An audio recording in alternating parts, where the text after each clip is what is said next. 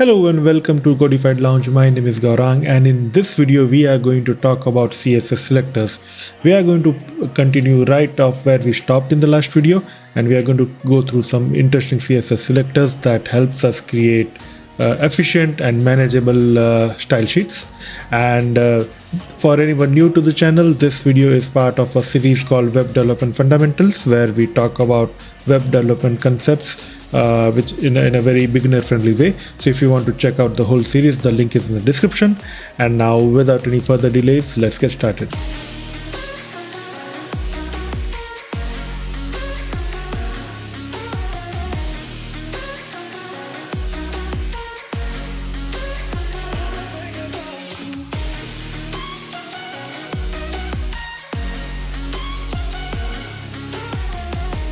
So what are selectors? If you see here, if you see the external style sheet, and let's see for each rule, right, we defined this element name. So here we are saying, hey, select this element and then apply these styles to it. So this is a HTML selector. So we have like many different ways we can select an element, and the reason for that is you don't want always to select an element both based on element name. For example, we want one paragraph to have one color, second paragraph to have second color, third paragraph to have something else, right? So we can't keep on overriding it. Let's say we have 4 paragraphs with 4 different colors. Now we ran out of options on how do we style our paragraphs, right? So there are different ways to select that elements, and that's what we are going to cover next. What we'll do is we'll create a new file, right? We did hello world. We'll ignore hello world for now. We'll create a new index.html file, right? We'll add our boilerplate code over here, and we are just going to add another file saying styles.css, right? So this will have all our style sheets in it. Again, these are the naming conventions are more or less best practices in this case. So normally people, whenever they create style sheets, they name it styles.css. Your main web page of your website is always index.html, right?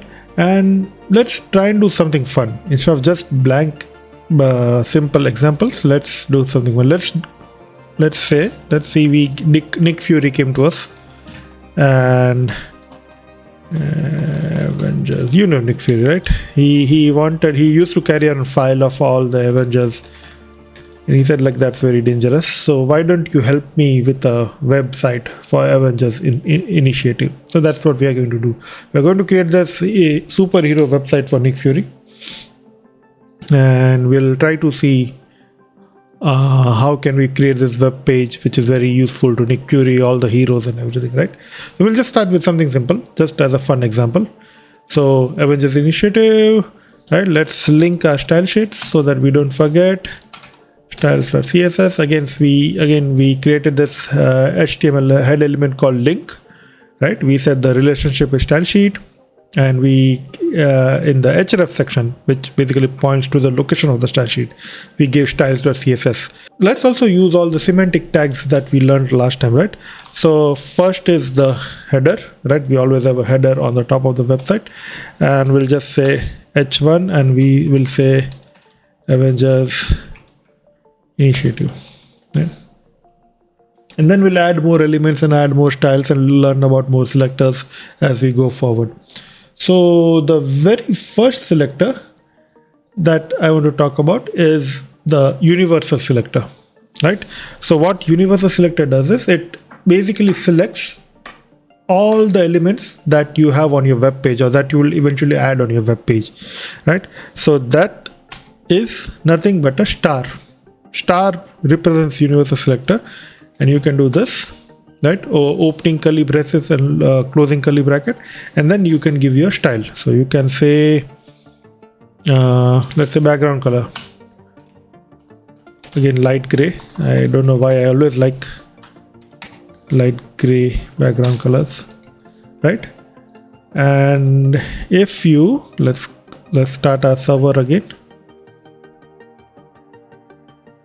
If you see this, we created this page, and if you see, the whole page has the light gray background color. right? And so what is the use case of this?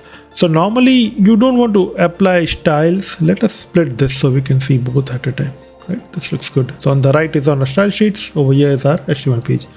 So normally the use case here is to define some defaults for your web page, right?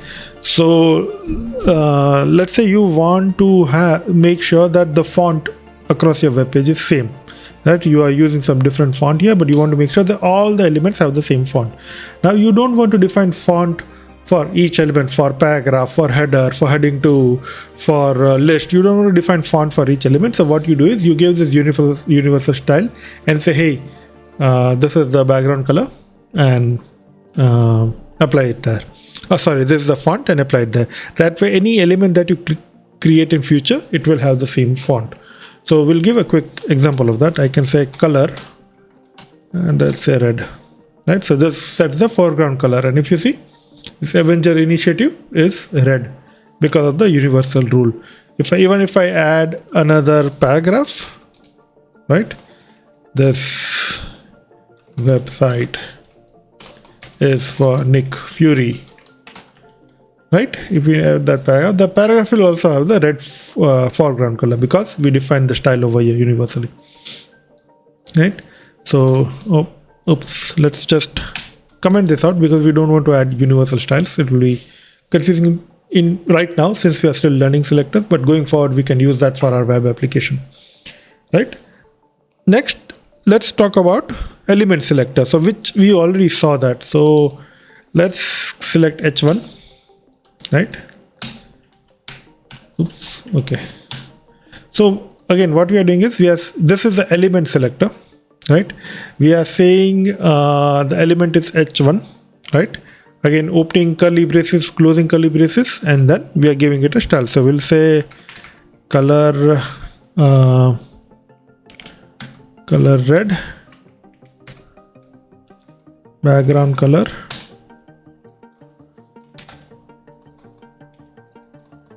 light gray, right? So now we are only applying style for this H1 element. If you see, now everything is, the background is white, font color is black, the heading background is gray, and the heading font color is red. Another way to select an element is using class, right? So let's say, what is class, right? So let's create another element. So we have this header section. Let's create a main section, right? Every website will have a main section with the main content, and let's add a text field. Let's say input, right? Type text, and we'll say placeholder superhero name, right? And we'll also add a button. Type button, right? And we'll say value. Let's say there's a roll call. Whenever a superhero comes in, they have to register and say, hey, I'm available, right? Roll call, right? Superhero name and a roll call. So let's add another HTML attribute called class. So what is class, right? So class is basically a list of names that allows CSS to select this element with. So it can be a single value. So let's say it can be something like a button, right? Let's say a button for Avengers button, right? Or it can be a space separated list of values. It can have a button, it could be roll call, right? It could be foo bar, whatever, right? So you can add multiple class values to an element, and each class value is separated by a space. Now, how do we select this class? So in our style sheet, we can say dot a underscore button. So dot and the class name, that is the syntax to select the element with the class name. And then again, opening curly braces, right? Closing curly braces. Let me turn this off. Okay. right? Opening curly braces, closing curly braces, and now we can add styles for this particular button, right? So we can say color, right, green, and we can say background color light gray. Okay, simple. Let's look at it, and if you see, now our button has changed. If you remember what it was before, if you don't remember what it was before, we can again select the button in our developer tools. We can remove the styles, and this is what the default button looked. If you see, our user agent style sheet has this styles for a default button, and then we added these two additional styles saying that, hey, my button, I want to render it like this, right? So that is class selector. Next, let's do ID selector. So let's add BR, couple of line breaks. Again, line breaks, these elements are not recommended way of doing line breaks. We haven't covered CSS styles to do this, so for now we'll just add line breaks like this, and we'll add another button. Let's call it type button, right? Let's call it value. Okay, let's create a button that assembles all the Avengers. So we'll say Avengers, assemble, right? And let's give it an ID. We are giving an ID because there can be only one such button that assembles the Avengers, and since ID is unique per element, we can give it an ID, and let's just call it assemble button. Okay. If you go here, since we applied the style just to a class, right, and not to the element, see, our Avengers assemble button is regular, but our roll call button is different, right? So now let's apply style to this Avengers assemble button. So I can do hashtag the # ESS assemble button. Let's say color red, right? Let's say background color light gray, right? So here the syntax to select a element by ID is # and then the ID name. Okay, now if you see the web page, our Avengers assemble button is red in color, right? The roll call, it is different from the roll call button, right? So as you know, ID is unique per element, but class can be repeated across elements. So let's say we have another button, right? Let's say we have another button, type button, value on leave, right? They can class a button, right? I will just want to take a sick leave, some time off. They can click the button and Nick Fury will know, hey, Ant-Man is on leave. So you can add that button, right? And since we added the same class as the roll call button, if you see, it has the same styles, right? So whenever you want to apply a style that is reused by multiple elements, it's the most easy way to do it is add it in a class. Rather than doing it in the element, add it in a class and add those class names to those elements. And that way your default element always has a default style, but then you can override it with class names. And class name is also a clear way to give more meaningful styles to elements. So you can say class name notification, and you know that, hey, this is a notification style will be applied to this element, a button or a text or a paragraph, right? So speaking of notification, let's do that. Let's create notification elements, right? So let's just add them over here. So right now we are not designing the web page, we are still designing different working more parts of our website, and then we'll try and organize them or decorate them in a way. So let's create notification element, right? So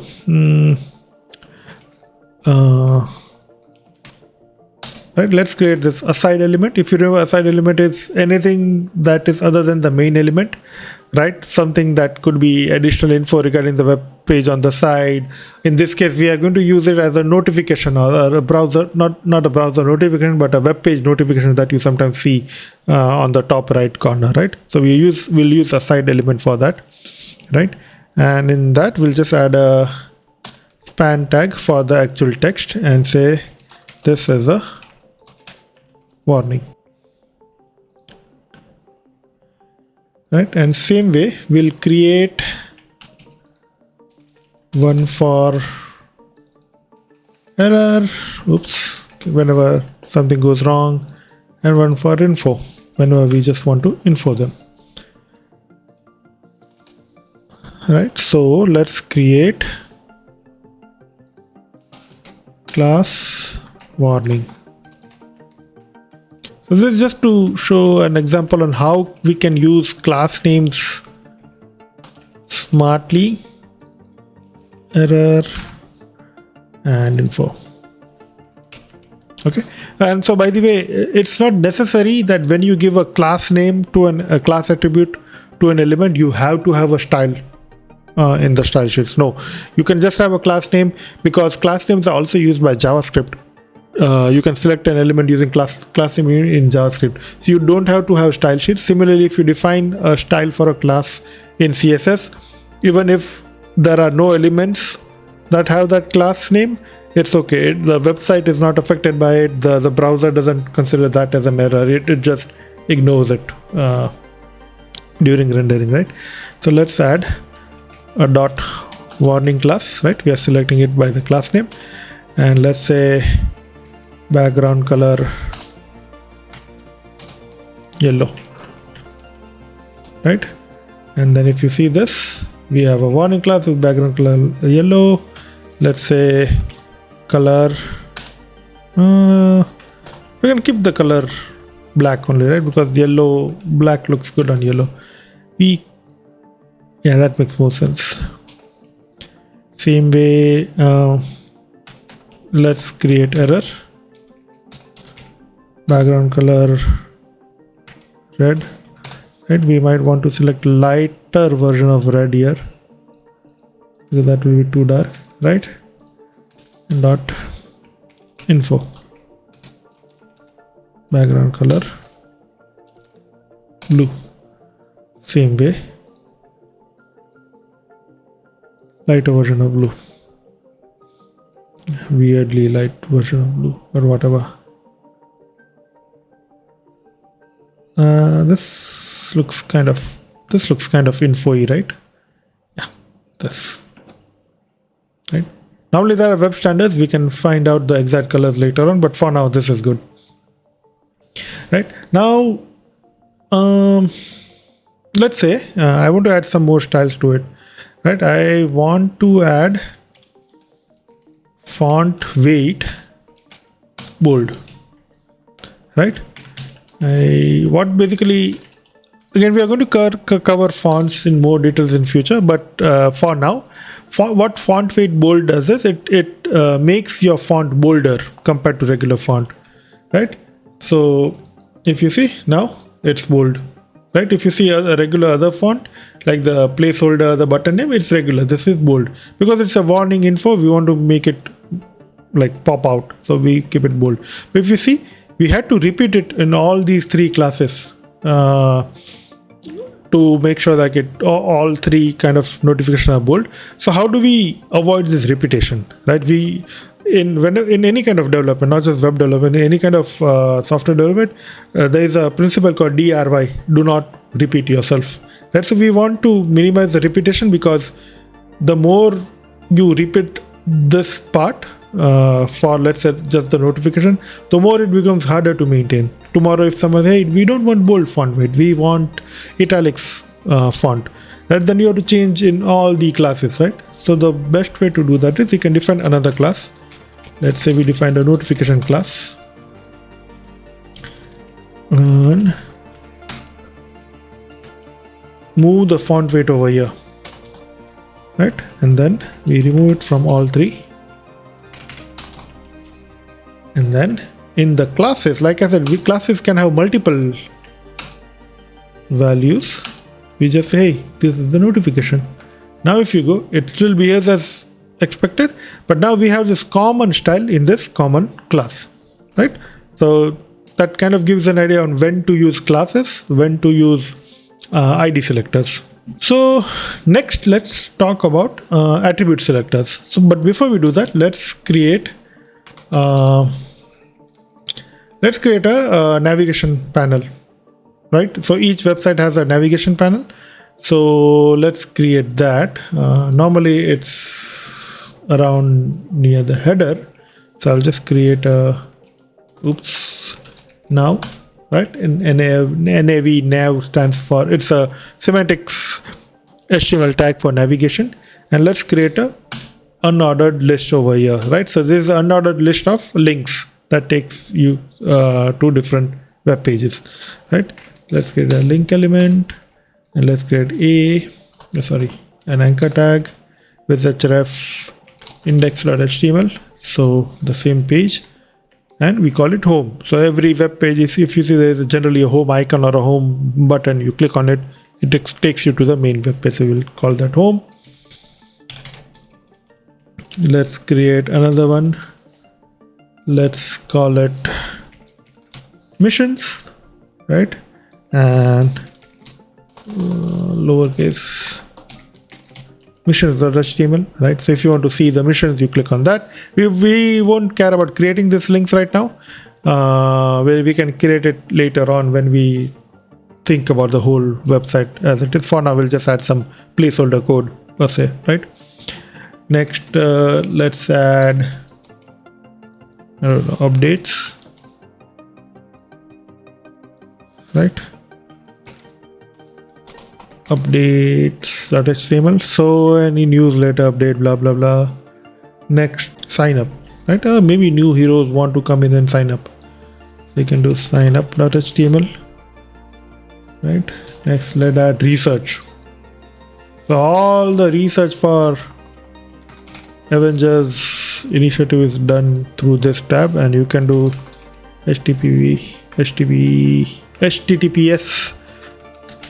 google.com, because that is research, googling stuff, right? Next, let's add data, Wikipedia, not a credible source, but we'll just add it, wikipedia.org. I'm just creating a bunch of links, and then we are going to add styles to these links, right? Next, let's do technology. Who provides technology for Avengers initiative, right? None other than Codified Lounge. And that's it, right? This looks good.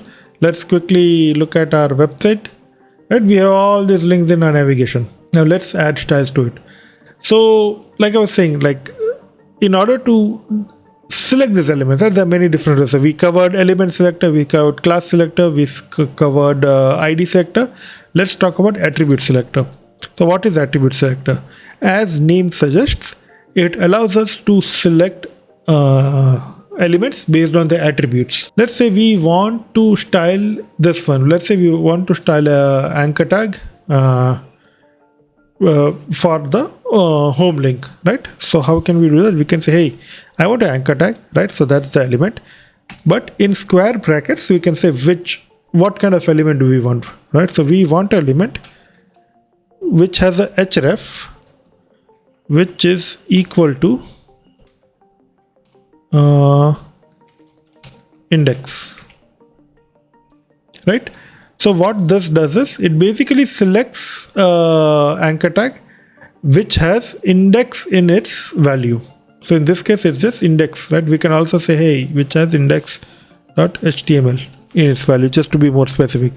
And we can say background color light blue, right? So let's see our web page again.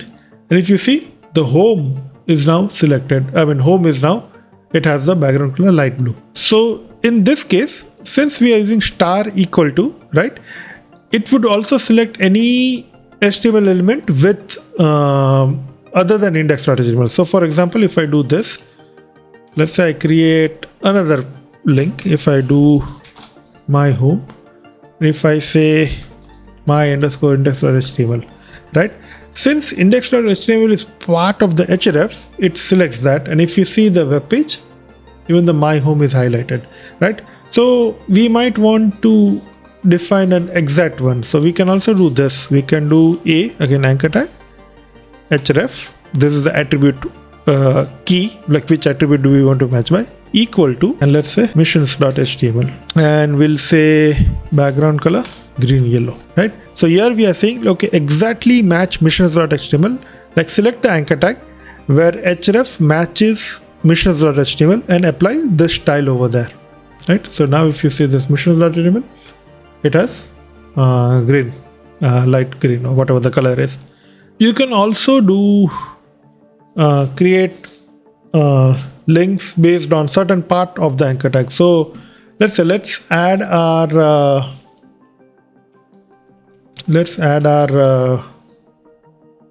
this thing back. Let's call it my missions. And so there are a bunch of missions. There are some missions that I've already signed up for. So those are my missions, right? So not all Avengers go on all missions, right? Let's go there. Let's see, it's not highlighted. Now we can say that anchor tag href, and the way to do that is we say where's this caret? Yeah, we say the caret top equal to my underscore. Let's just say, so any anchor tag where the link starts from my underscore, for all these elements, select those elements, and for all these elements add background color aquamarine. So for my mission, it added this aquamarine background color.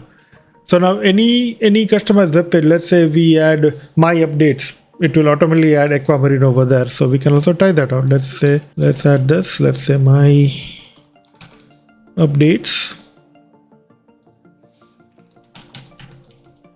right?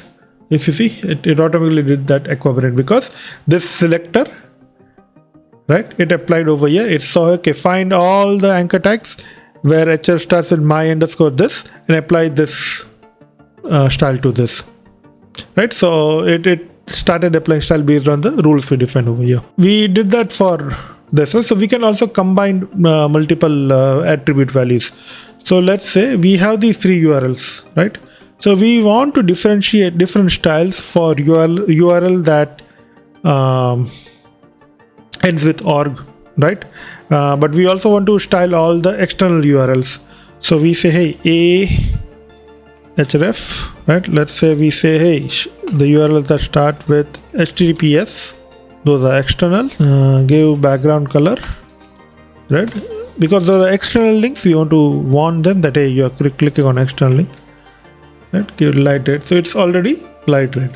But we trust the .org, the second level domain name .org, right? We trust those domains. So we can also say, but if they begin with HTTPS, but if they href $equal to .org. So the $equal to says that match all the elements where href value ends with .org, right? So if they begin with HTTPS and ends with .org, then they're okay. Let's highlight them with light green color. Now if you see research, which points to Google, it's red. Technology, which points to codified launch.dev, it's red. But wikipedia.org, which ends with .org, it's green. So we can combine different attributes. So you can say, hey, all the URLs starting with .https, style it in a word some way. But hey, if there's another attribute with the value, different value, style it differently. We can also add class names in this attribute selector. So we can select elements using class names, but you can also add it as attributes over here, right? So let's say, because we are part of Avengers, we want to say, hey, yeah, the technology provider class codified. So now we can say, hey, right? So we are saying these guys are external, but they are trustworthy. So if it starts with HTTPS And if class has the value codified, give background color green. Let's just copy this green over here. So if you see this class syntax, it's not class is equal to codified, it's class and the tilde sign and then codified.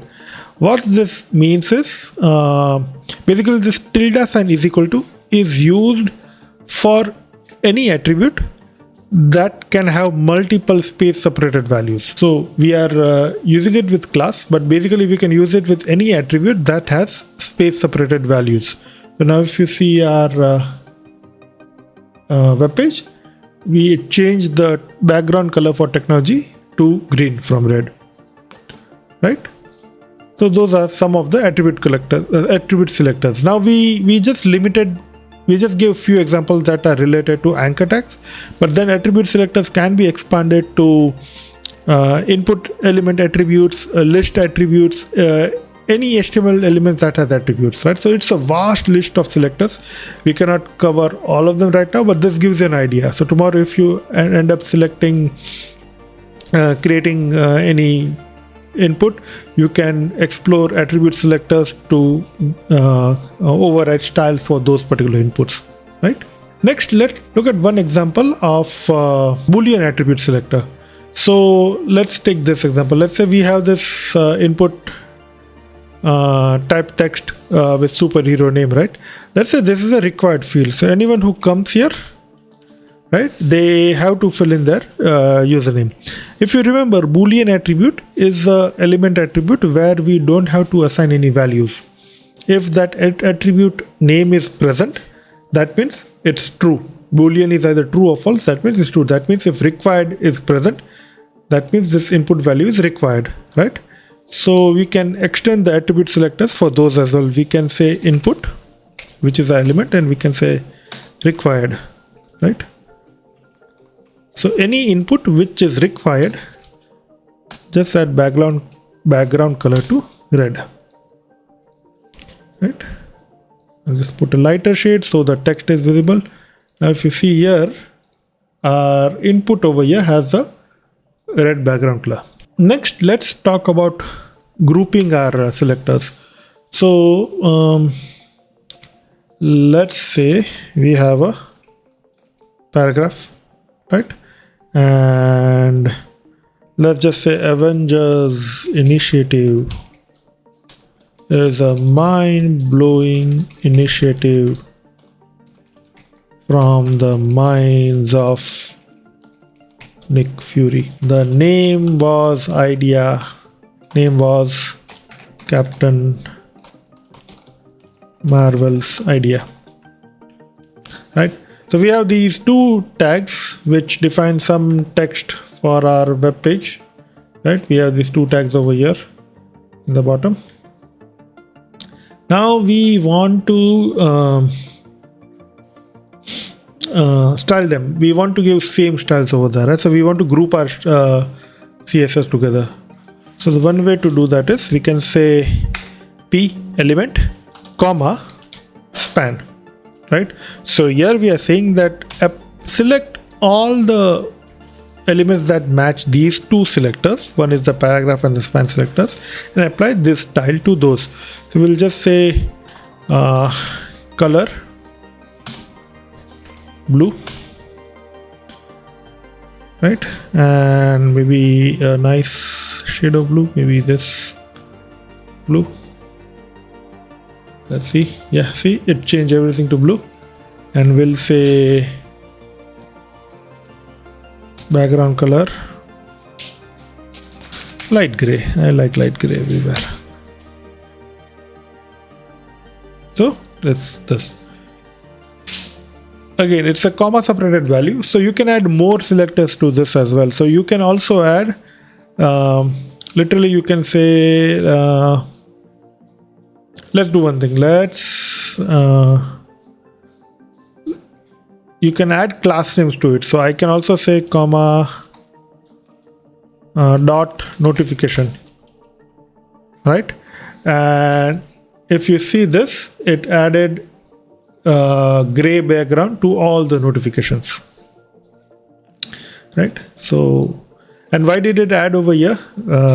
Again, the reason is because we added this style after our notification, like these background colors. The whatever style applies in the end, that's the winner style, right? If you remember, if you change the order of importing style sheets versus external style sheets, if importing style sheet is done after external style sheets, it won. So it's the same concept over here. Here we are defining this background color after our warning class background color. So this one won, right? So coming back to our selectors, comma separated values, it applies the same styles to all the values in the comma separated. Then you can combine with anything. You can have element selector, you can have class selector, you can have ID selector, attribute selector, all the selectors. If they are comma separated, it will add these styles to all those selectors. So there was one more thing about the class names that I wanted to add here. So remember, we added this warning, error, and info class names. We added it to this aside element. But if you add the same class name to, let's say, a button, right? Oops. Input type button, right? Class, and let's give it warning, right? What would happen? So depending on the styles you define on the class, right? Whatever styles are applied to that particular element, it gets applied over here. So background color, foreground color, these attributes are common for all the elements in HTML, right? So if we look at the button here, it creates this tiny button, if you see here, right, with the same class as the warning class, right? Okay, I think I am overriding some classes over here. Yeah, see this span, because, okay, let me remove this light gray over here. Because we are using span for our text in our notification, it kind of overrode over there. Oops. Yeah, now it's okay. So now you see the button over here. So let's add some text to the button to get some more values. Issue warning. Maybe Nick Fury wants to warn their superheroes. Now if you see this, issue warning. So let's quickly summarize what we covered in this video so far, right? We covered HTML element selector, we covered class selector, we covered ID selector, we covered HTML attribute selector. And the amazing thing about attribute selector is it can be applied to any HTML element, and it can be applied to any attributes of these HTML elements. So sky is the limit on how do you select HTML elements, right? We also covered combinator selector, where you can combine multiple selectors and apply same styles to all the selectors in one go, right? In the next video, we are going to cover nested element selector. So for example, your ordered list and your unordered list, how do you select elements inside those ordered list and unordered lists? We are going to cover pseudo classes, which basically select elements based on the state they are in, right? So if you click on the button is in the click state. So how do you apply style for a button in a click state, right? We are going to learn about pseudo elements, which are selectors that select entities that are not part of HTML, which is going to be interesting, right? So I am super excited about next video as well.